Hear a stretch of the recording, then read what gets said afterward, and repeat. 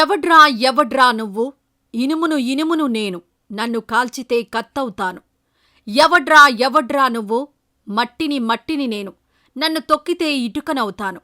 ఎవడ్రా ఎవడ్రా నువ్వు, రాయిని రాయిని నేను, గాయం కాని చేశారంటే ఖాయంగా దేవుణ్ణవుతాను. నిజం ఎవరినైనా కెలకొచ్చుకాని ఆత్మాభిమానం, ఆత్మ గౌరవం ఉన్నవాడి జోలికి మాత్రం పోకూడదు. ఎవడ్రా ఎవడ్రా నువ్వు, ఇనుముని ఇనుముని నేను, కాల్చితే కత్తవుతా.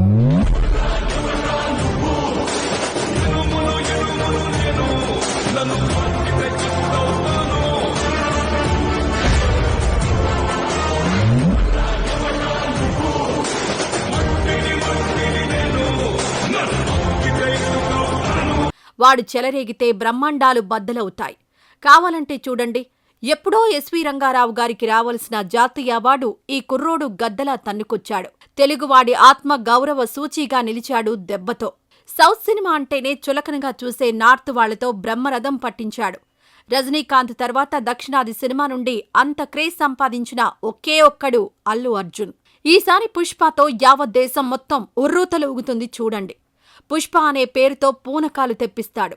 పుష్ప తర్వాత తెలుగువాడు ఎక్కడ ఉన్నా పుష్ప అడ్రస్గా మారుతాడు.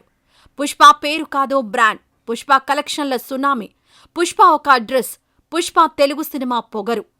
అల్లు అర్జున్ ఐకాన్ స్టార్ కాదు, ఇండియన్ ఐకాన్గా మారిపోబోతున్నాడు చూడండి కావాలంటే.